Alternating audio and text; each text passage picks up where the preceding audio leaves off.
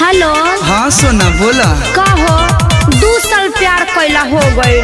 अरे शादियों विवाह के बात करबा अपना बाबूजी से। बाबूजी से तो बात कोई ले बनी, लेकिन बड़ा लंबा लिस्ट बनले बने। क्या प्यार भी करोगे और दहेज भी लोगे? वैसे पापा जी क्या क्या लिस्ट बनाए हैं?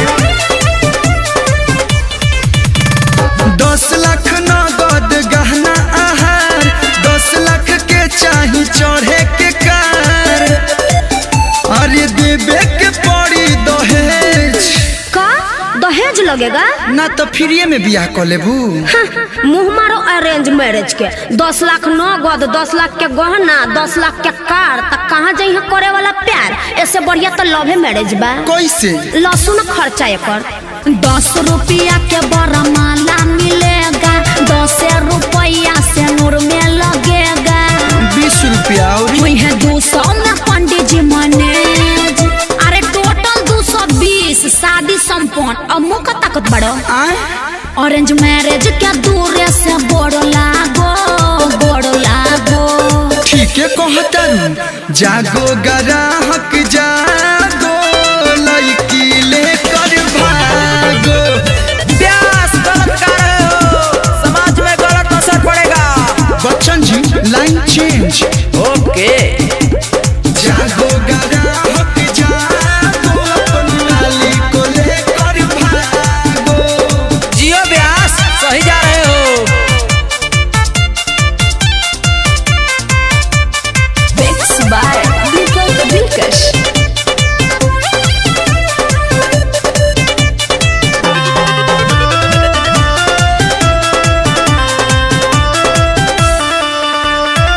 कर्जा लेके जुटाबे लोग पैसा, हो जाला टेंशन भारी हो।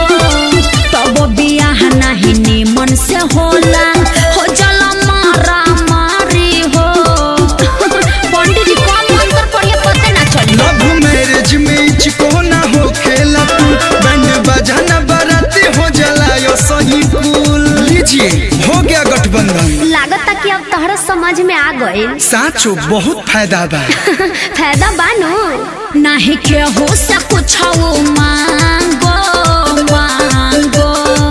तो कृपया ध्यान दे। जागो ग्राहक जागो, लड़की लेकर भागो। सॉरी भूल गए थे। जागो ग्राहक जागो, अपनी वाली को हो, अपनी बाबू को हो, अपनी सोना को लेकर जितना जल्दी हो भागो। प्यास बड़ा बानू।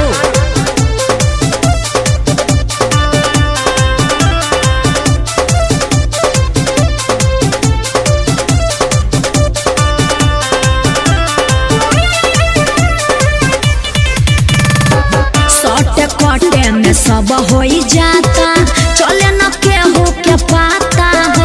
ये तो है। लइका लइकी समझ ले अपने, झूठे न कोई ही तो नाता हो। न भोज न भात न कोनो बारात।